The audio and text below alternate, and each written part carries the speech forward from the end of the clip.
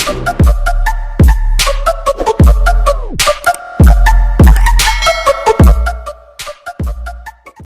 tanghali po sa inyo lahat. This is Boy Topak, ang inyong lingkod. Maraming salamat nga po pala sa ating mga bago subscriber. 71 subscriber na po tayo ngayon. Maraming salamat po sa pagtitiwala at sa patuloy na pagtangkilik ng aking mga videos kahit na ito'y walang kwenta. And pangalawa, sa mga viewers ko, maraming salamat din po dahil nandyan kayo para sa akin. Hindi kayo maalis at nananatili kayong nanonood sa aking mga videos. Anyway, shoutout nga pala sa pamilya ko, kila mama, sa kapatid ko si Jamil at kay uncle. See you soon on December, no? Sa Pasko, magkita-kita tayo. Tayo nyo ako dyan. We have a celebration. And yun, maraming salamat po sa mga tumatangkilik ng aking mga videos kahit pa ulit-ulit ako. Ito, ang natin ngayon, ang topic natin ngayon is about sa isang pasyente na may kanya-kanyang kwento ng buhay. Kung kaya natin ang kanyang kwento, no? Isang single parent, isang single mom na ang anak niya ay nandito sa hospital na nakaka-admission, no? Kaya pakinggan natin ang kanyang kwento. Ang inyong lingkod, si Boy Topak. Let's go! Ayan, Francis, hello! Magaling na yan. Ayan. Siya po yung pasyente namin dito sa Ofelia Mendoza sa 301. Ngayon, kamayang hapon na makakalabas na rin siya. And this is ito yung nanay niya, pangalan po? May Carlos, solo parent. Yes, tagasan? Kaingin. Kaingin, Malolos, Bulacan. No? And kamusta naman po? Eto, Ano ho ba pinagkakabalahan natin sa buhay? sa ngayon ay! Sa ngayon hindi nakakapasok sa kamo dahil nakakonference. Nakakonference si Francis. Yan po si Francis. Special child po siya, di ba? Down syndrome. Down syndrome. Pero nag-aaral siya. Nice naman. Yan. Ang galing, oh. Naka-D4 siya habang natutulog. Nuubo. Okay na siya kasi walang talaga. Hindi ko nga anak kung yung pera. Ano ba pinagkakabalahan niyo na yun? Ayun, mamasukan ka sa bahay, labandera. Magkano ba sahod niyo? Doon sa kasambahay, 300 isang araw, gusto puro half day. Puro half day. Akin pa ba magsasabi? Grabe, no? Saklap naman nun. Francis, nakadapa na siya. Relax na relax. No? And nasan po ang tatay niya? Patay na. Ilan? 5 years na pa. 5 years na. Ano po kinamatay? Ano, atake. Bali, single parents lang po kayo. No? Gano'ng kahirap magpalaki ng anak bilang single parents? Masarap kasi, ba, solo parent mo na mag-aaral ko siya. Ilan po sila magkakapatid? 4 ang anak ko, minamatay din ako. Okay lang yan. Minamatay ako anak ako. Ilang taon na po siya? 19. Bali, December 26, 8 years na siya. 3 years? 10. 10 years? Boy. Paano nyo naman po naitaguyod yung pamilya niyo? Wala naman pakisama yun. Kaya di pakikisama sa kapwa. Kayo po ba Christian kayo? Christian po kayo? Tiwala sa kapwa, kahit na maraming mga naghihirap. Ganun pa yun na hindi ko pinapansin sila. Yung mga sinasabi ng iba. No? Kahit na maraming marites. Hindi mawawala po talaga yun. Hindi ko pinapansin. Katuliran ko sila ba ang magpapakain sa amin. Tama. Kahit na ganito, bali 4 ang anak ko. May panganay ko, may pamilya na rin. Yung pangalawa ay namatay. 10 years na sa December 26 ang Wow, condolence po. Tapos yung pangatlo ko, may asawa na rin. Buntis sa ngayon, pang-apat. Si Francis. Lumalaban siya sa sakit niya, no? Napilit tinataguyod ni nanay, no? Kamusta naman po ang ano po ba? May negosyo po ba kayo? Or Sa ngayon po may maliit na tindahan na nakatanggap po ako sa government. Okay ko. Sana yun po ang pinagkakaabalahan ng anak kong naiwan naman sa bahay na 18 years old na buti. Apo. Kumbaga sa papaikot-ikot ko lang yung pera. Kaya nga lang, sa ngayon wala nang ang laman yung aking tindahan. Dahil nandito yung Si Francis, nilalako ng sa no? paglabas. Oo. Gano'ng kahirap na no? Yung gano'n na tinaguyod mo sila magkakapatid. Mahirap dahil hindi kailangan talaga, hindi lang pwede isa lang ang una-una. Hindi ka makapag-aral na isa lang ang kailangan. Meron pa talaga iba. Totoo. Napagkakasi naman yung aking kinikita. Ang galing, no? Kahit ikaw na lang mag-isa, wala na si mister, nagagawa mo yung mga dapat mong gampanan. Nagagawa ko naman, napag-aaral ko siya, kahit na pumapasok ako, binibigyan ko ng oras siya, pagpasok niya. May time ba na nakakarinig kayo about kay Francis na sa ibang tao? Ay, oo, meron na. Panlalait? Gaano kasakit sa yun bilang Masakit ina? sa loob, siyempre, hindi naman niya kagustuhan na ganun siya. Sige, tapos siya mo. Tapos, yung iba, sabi ko, kung kayo nasa katayuan ng anak ko, matutuwa ka pa.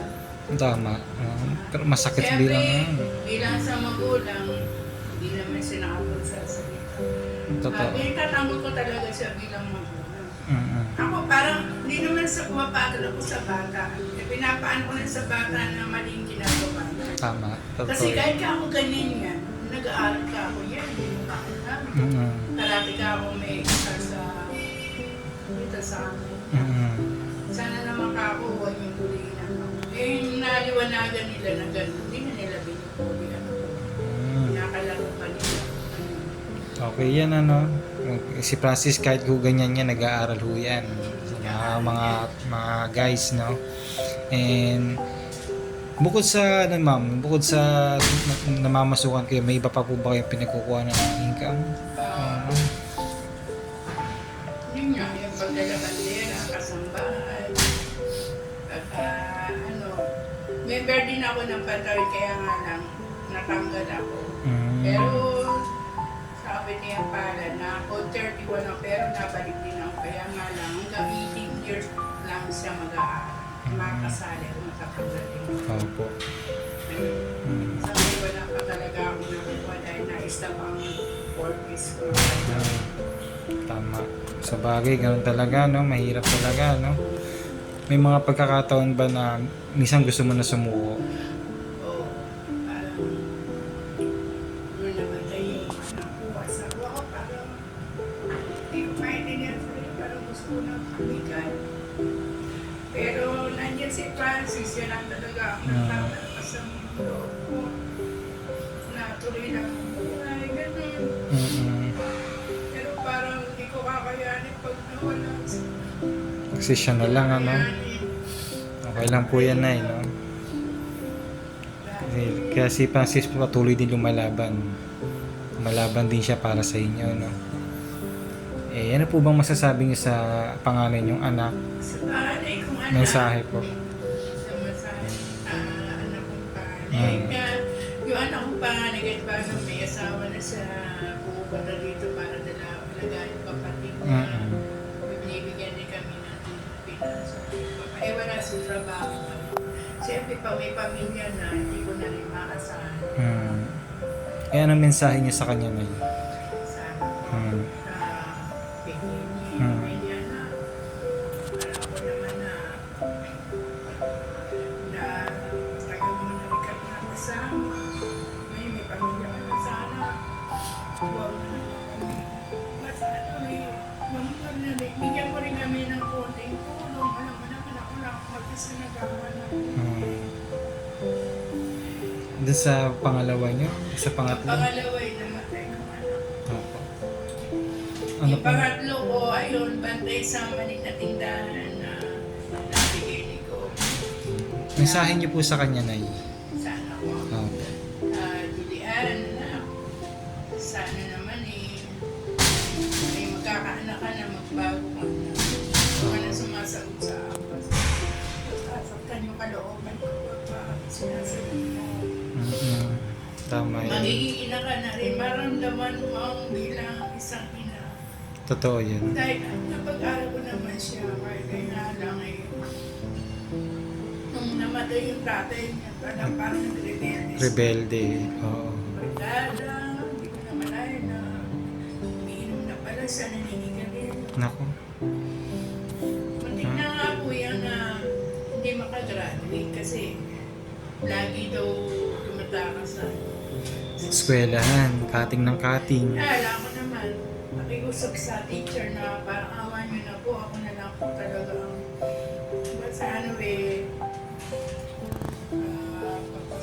basta ipasa niyo na po, parang awa niyo na po kasi gusto ko yung makatapos yung Oo. high school. Yan ang no? Lahat gagawin ng magulang para sa anak. Pero, buti yan ang Panginoon Diyos. Nakapagtapos naman siya ng K-12. Bawat pa siya ng Congratulations, kay Francis po, anong gusto niyo sabihin sa kanya? Sana. Kasi, alam ko, hindi ko hawak ang buhay mo. Napakasal na iniwan na tayo ng kapatid mo, tatay mo, sana naman yan. Bakit? Mabababuhay mo. Makasama pa kita ng matagalan. Kahit na mahirap kang masukan, nakasambahay, magdabandera, kinakaya ko yun kahit na may mga namumula sa akin, pinakaya ko yun, mga pinipintasan ako na gumagawa naman ako mabuti, pinipintasan pa nila ako. May mga ganun ho talaga, no? May mga tao po kasi na pagtrabaho talaga yung nakakabot talaga sa pinagtatrabaho ang kanya lang minsan. Meron po mga tao na nanihirapan talaga na nasusunod po ako. Trabaho. Isang kailangan po din natin ay ng pahinga. Hindi nila iniisip na kaya nga ako nag-aanap buhay para sa kanila na kay Francis. Alam ko, pamasahe lang yan sa display. Talagang pinaglalaanan ko. Minsan, pinangungutang ko, makapag-aaral lang siya. 3 beses na ang pasok niya. Martes, Huwebes, Biyernes. Minsan, di ko pa nagagampanan ng 1 linggo kasi minsan wala pa pamasahe. Ang hirap ng buhay talaga. Pero minsan kinakaya ako mapag-aral ng ipamasahe lang talaga ang mabigat eh. Kasi naano ko pamasahe, pagkain niya. Minsan hindi na siya nagbabaon eh. Tubig na lang. Grabe, no? Tubig na lang talaga. Kaya lang Kasi si Lord kasi, may binibigay si Lord sa buhay natin na mayroong purpose. Hindi siya nagbibigay na wala lang, napahihirapan ka lang, hindi. Kaya nyo nararanasan yan is may purpose din si Francis dito sa mundo na to. Hindi natin alam kung ano yun. Pero lahat ng mga sakripisyo nyo para sa kanya is mapapalitan yun ng blessing pagdating ng araw. No, hindi natin alam kung ano pwede mangyari, no?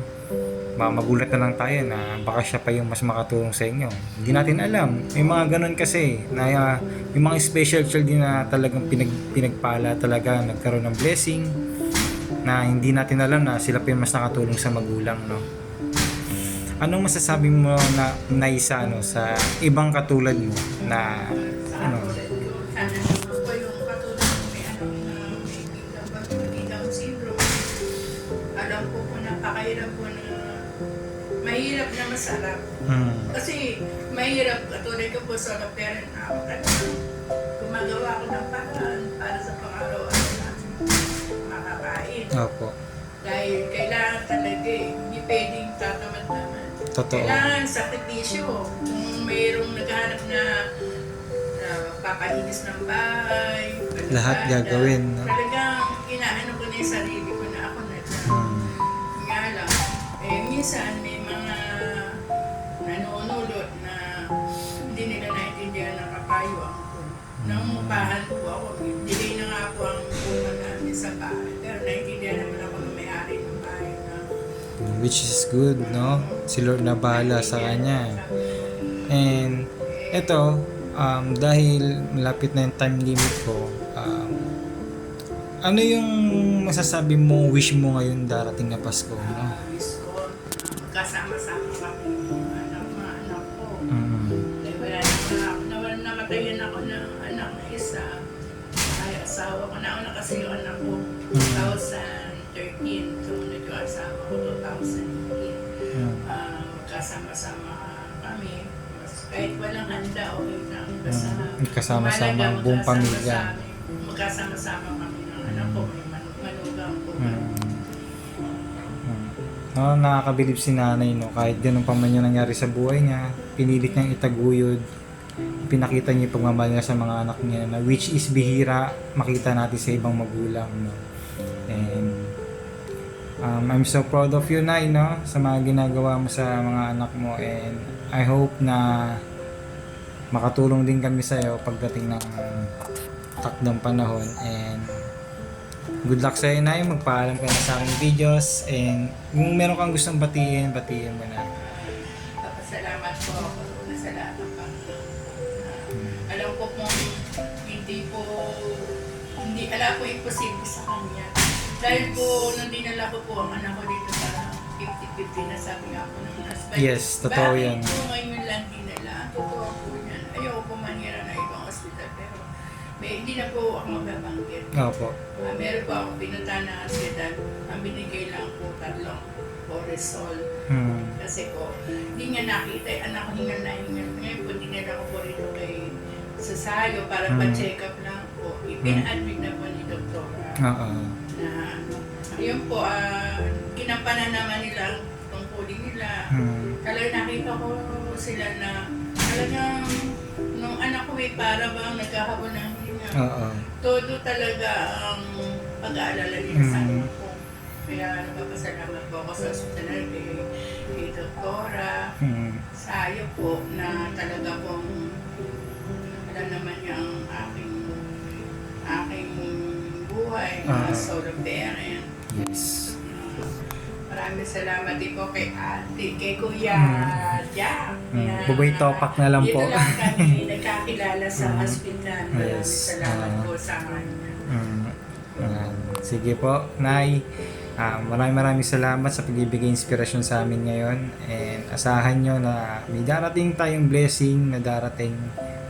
Basta manalig lang tayo sa Panginoon, and tuloy-tuloy lang ang pagtulong natin sa kapwa. Ano po yun, Nay? Kay pastor po namin. Ayun. Sa lahat po, salamat po kay Pastor Arnel Perez. Dahil po pinanalangin po nila anak ko. Dala po, sabi po ni Doktora, himala, wala na oxygen. Oo nga po kasi dire-diretso oxygen ito. Pag tinanggalan kasi ng oxygen to, ito yung nahihirapan na siyang huminga. Kaya nakakagulat lang, itong kahapon lang, wala na siyang oxygen, which is good. No? Opo, maraming salamat po kay Pastor Arnel. Amen po, Pastor. Shout out po sa inyo. Kay Sister Cora Caparas, kay Ate Dayan. Shout out po sa inyo mga pastor and sister po. Thank you po. Okay. Okay, dito ko na po tatapusin yung vlog. Magpaalam na po kayo sa aking mga bye-bye. Thank you. Thank you po. A few minutes later. Ayun guys, no, napakinggan natin at napanood natin ang kwento ni Nanay Meika, no? Sadyang napakalungkot talaga ng buhay, and talagang hindi natin masasabi yung takbo ng buhay natin, ano? Pero dyan sa mga single parents, mapatatay, mapananay, saludo po ako sa inyong lahat, no? Sa pagtaguyod ng inyong anak para mapaganda ang buhay. Hindi natin kasi alam kung ano yung hirap at ng mga nanay at tatay natin, kung ano yung hirap na dinadanas nila sa araw-araw para kumita ng pera, para may maibigay sa atin, especially sa mama ko, tsaka kay uncle. Nagpapasalamat ako kasi kung hindi ka dumating sa buhay ni mama, malamang single parents din siya, baka isa na rin siya sa sa sumasakit ang ulo sa akin. Dahil ako kasi dati talaga pasaway ako. Sa mga di nakakakilala sa akin, rebelde din ako dati. Patapon na rin ang buhay ko dati, no? Kahit sa anong away nasasangkot ako, no? Pero still nandiyan pa rin si mama para gabayan ako, para sabihan ako, para hindi ako konsintihin.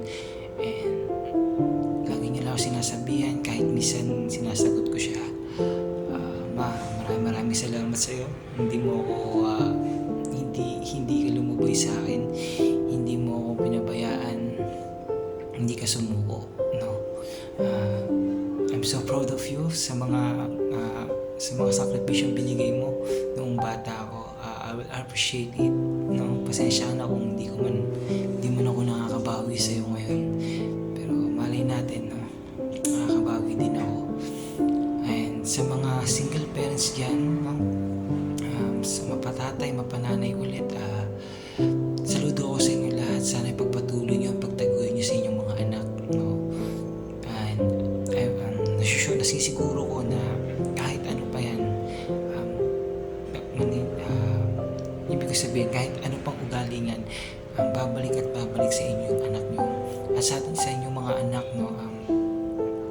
Siguro mas maganda kung wag na natin bigyan ng sakit ang ulo ang mga magulang natin. Bigyan natin sila ng pagmamahal pabalik, tulad ng pagmamahal na ginawa nila sa atin. Dahil ang buhay ay hindi rin natin alam kung hanggang kailan, no? And shoutout sa lahat ng nanay dyan na nagsasakripisyo para sa kanilang anak, na mas inuuna ang kapakanan ng anak bago ang sarili. Maraming salamat po sa inyo. Saludo po ako. At sa mga nanay na nagpupuyat, nagtatrabaho, dumidiskarte para makapagtapos ang mga anak, maraming salamat po sa inyo lahat. Saludo po sa inyo si Boy Topak, at sa aking mahalagang tao, para sa akin. Maraming salamat din sa iyo dahil pinakita mo sa akin ang kagandahan ng mundo. No? Pinakita mo sa akin kung gaano kasarap mabuhay. And gusto kong malaman mo na kahit ano man nangyayari sa atin, nandito lang ako para sa iyo. Handa akong dumating kung kinakailangan mo. No? Yung pagmamahal ko hindi naman nagbabago yun, kahit nasabihin ko na bukon, pero hindi pa rin kaya, no? Kasi malaki rin naging ambag mo sa buhay ko, no? Sana lang gawin mo lahat para sa mga anak mo. Na nararamdaman ko naman na mahal ka rin ng mga anak mo. Hindi lang nila alam kung paano nila ipapakita yun sa'yo, at ikaw din, di mo din alam kung paano mo rin ipapakita sa kanila yun, no? So palitan lang naman kayo. Ang mahihiling ko lang, sana bumalik yung dating sigla ng pamilya nyo. And sana huwag kang susuko sa buhay, lumaban ka. At alam kong kaya mo yan, no? Dahil marami kang kaibigan. Sa lahat ng single parents, sumasaludo po ako sa inyo. Ako po si Boy Topak, ang inyong lingkod. Magpapaalam na. Maraming salamat po sa mga bagong subscribers, sa mga bagong viewers. Maraming salamat po. Muli po ako nagpapasalamat sa inyo lahat. Boy Topak. Peace out.